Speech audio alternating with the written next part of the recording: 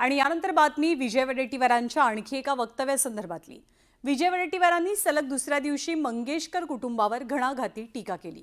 वडेट्टीवारांनी काही उदाहरण देत मंगेशकर कुटुंबानं जास्तीचे पैसे उकळल्याचा आरोप केला। त्यावरनं पुन्हा एकदा राजकारण रंगू लागलंय। हे कसले माणुसकी आहे यांच्यात? हे तर माणुसकीला कलंक असलेले कुटुंब आहे। हे लुटारूंची टोळी आहे। ते कोणी कधी दान केल्याचं पाहिलंय त्या मंगेशकर फॅमिलीनी? मी येते आहे, पण मला 2 लाख रुपये द्यावे लागतील। नंतर कार्यक्रम जवळ आल्यावर पुन्हा निरोप आला की पुन्हा 3 लाख रुपये लागतील। विजय वडेट्टीवारांनी मंगेशकर कुटुंबावरती तोफ डागणं सुरूच ठेवलंय।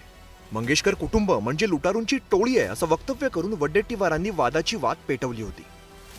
त्यानंतर वडेट्टीवारांनी काही जुन्या घटना सांगून आरोपांची मालिका सुरूच ठेवली आहे। समाजसेवक प्रकाश आमटेंवर मोफत उपचार करू असं सांगितलं होतं, मात्र बाहेरून औषधं आणण्याच्या नावाखाली 5 लाख रुपये मागितले होते असा दावा वडेट्टीवारांनी केलाय। विदर्भ साहित्य संघाच्या उत्सवात लता मंगेशकर यांनी मोफत गायन करण्याचं आश्वासन दिलं होतं, मात्र त्यानंतर 22 लाख रुपयांचा खर्च सांगण्यात आला। परभणी साहित्य संमेलनात आशा भोसलेंनी आधी 2 लाख रुपये घेतले, कार्यक्रमाच्या आधी ऐनवेळी 3 लाख रुपये घेतले असे आरोप वडेट्टीवारांनी केले। विदर्भ साहित्य संमेलनाच्या कार्यक्रमाच्या मंचावर लता दीदींनी सांगितलं होतं की आम्ही विदर्भ साहित्य संमेलनासाठी मी गायला तयार आहे आणि मोफत। तिकडून निरोप आला की आम्हाला पंचतारांकित हॉटेलमध्ये आमची सोय करा, आमच्या वाद्य जे संच आहेत त्यांनाही पैसे द्यावे लागतील आणि स्पेशल फ्लाईट करावं लागेल। तर यांना साधारणतः किती खर्च येईल त्यावेळेस सांगितलं गेलं की ते 22 लाख रुपये खर्च येईल आणि त्यांनी मग तो चेक देण्याची तयारी दर्शवली। त्यावेळेस त्या तिकडनं हृदयनाथ मंगेशकरांनी यावेळेस सांगितलं की तुम्ही जे पैसे देताय ते आम्हाला चेकनी नको आहे, तर आम्हाला कॅशनी द्या। त्यावेळेस कॅशनी द्या म्हणून सांगितलं तर हे म्हणाले की नाही, आमची संस्था आहे, रजिस्टर्ड संस्था आहे, ऑडिट होतं, तर आम्ही कॅश देऊ शकत नाही।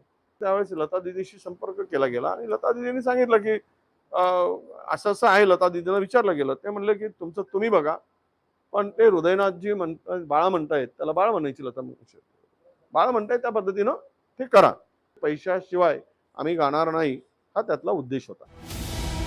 विजय वडेट्टीवारांच्या आरोपांचा सत्ताधाऱ्यांनी जोरदार समाचार घेतलाय।